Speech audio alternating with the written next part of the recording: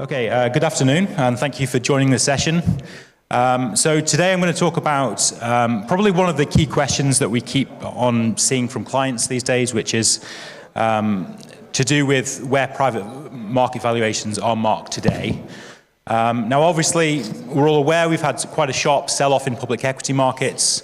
Private markets, as you would expect, have been comparatively slow to adjust to that. We saw very little movement, quite frankly, in the first 9 months of the year. But what we can do in this presentation is just look at some of our asset level benchmark data as it applies to Q4 of last year and take a look at some of the differences there. Okay, so just quickly, for those of you who are less familiar, so Prequin is a data solutions and insights provider for the alternative asset space.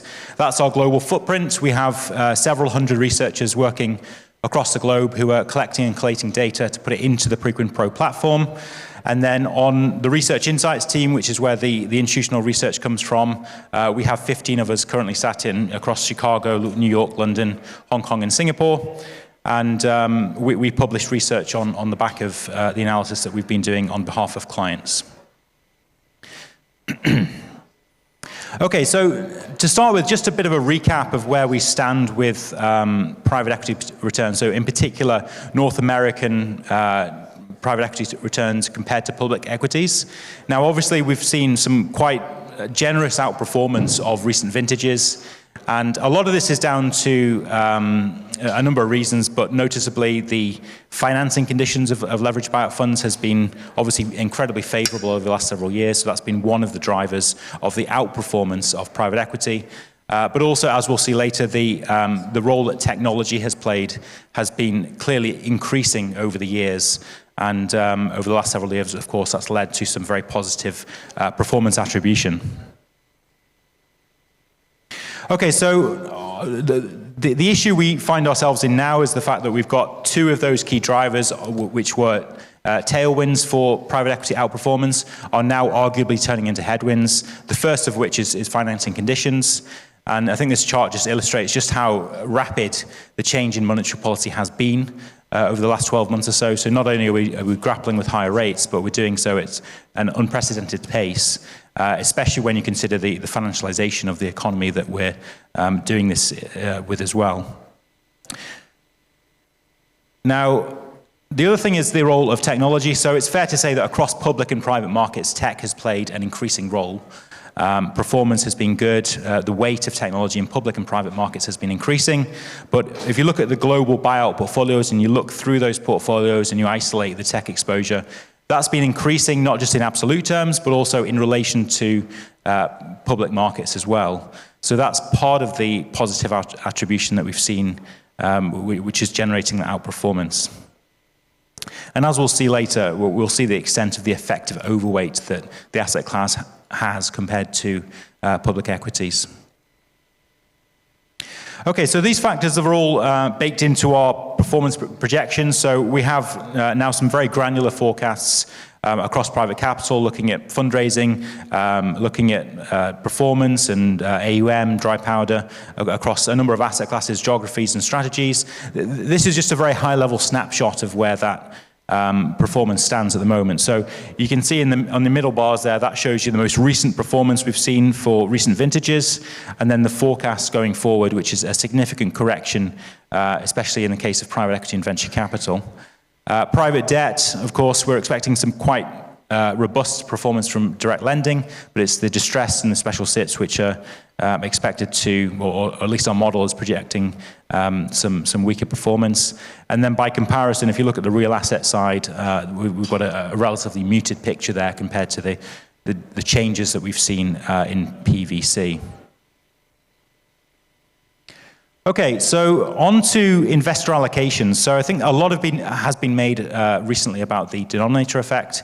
And while that is certainly a factor that's at play here that's limiting the ability of LPs to allocate into private capital, but also more so private equity and venture capital, what our surveys seem to suggest is that the longer term appetite for private equity and private capital more generally is still very, very strong. So I think this shows you the evolution of the same question that we've been asking in our surveys for several years.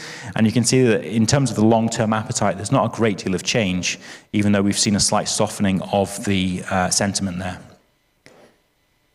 However, the issue we find ourselves in now is that an increasing portion of institutional investors right now are over-allocated. So that is to say that their current allocation is in excess of the target allocation that they've disclosed to Prequin. And I think this stat tends to surprise a lot of people, but at the moment, if you look at it globally, 33% of institutional investors are over-allocated to private equity. And of course, behind that, you've also got a portion of investors who are almost allocated. And I think given this environment, it's more challenging for those investors to deploy fresh capital. So that's one of the factors that's really weighing on fundraising.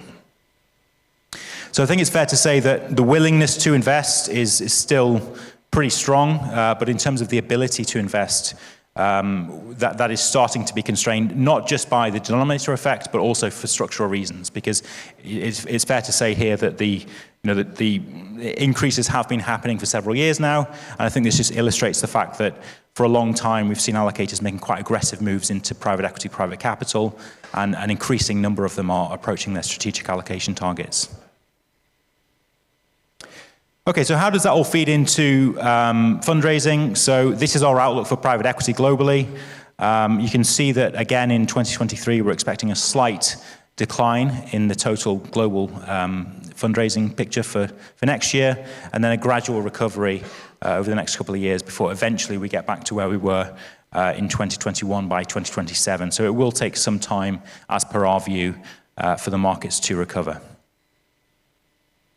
Okay then, so let's have a look at some of the key questions. As I said before, probably the areas of interest right now from our clients tends to be a lot on private equity secondaries, a lot on private wealth and fundraising, but also where are positions marked at the moment. So what we're doing here is we're looking at our asset level benchmark data. So this is essentially looking through global buyout portfolios and looking at where asset valuations have changed and then comparing that to public equity returns.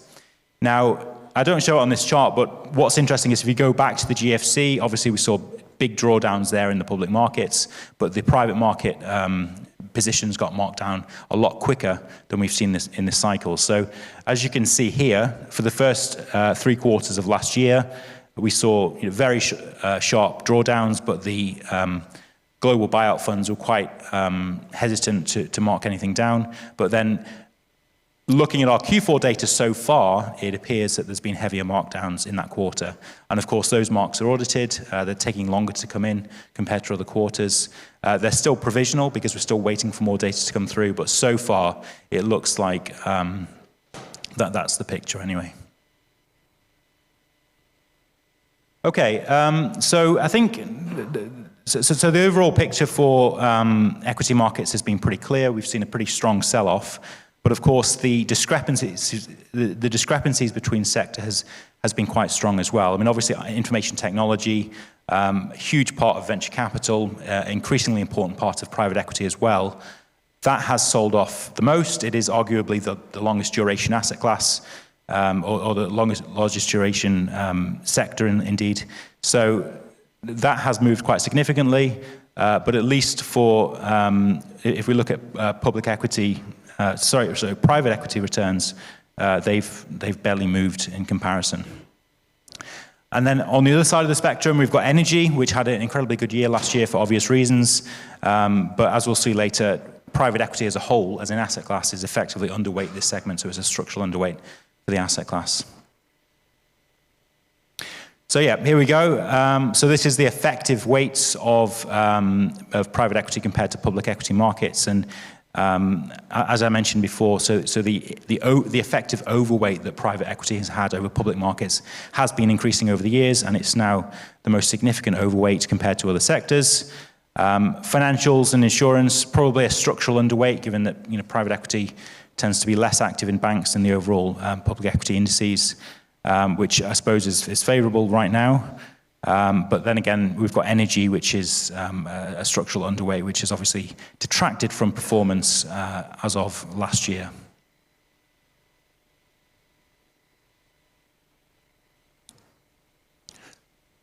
Oh, there we go.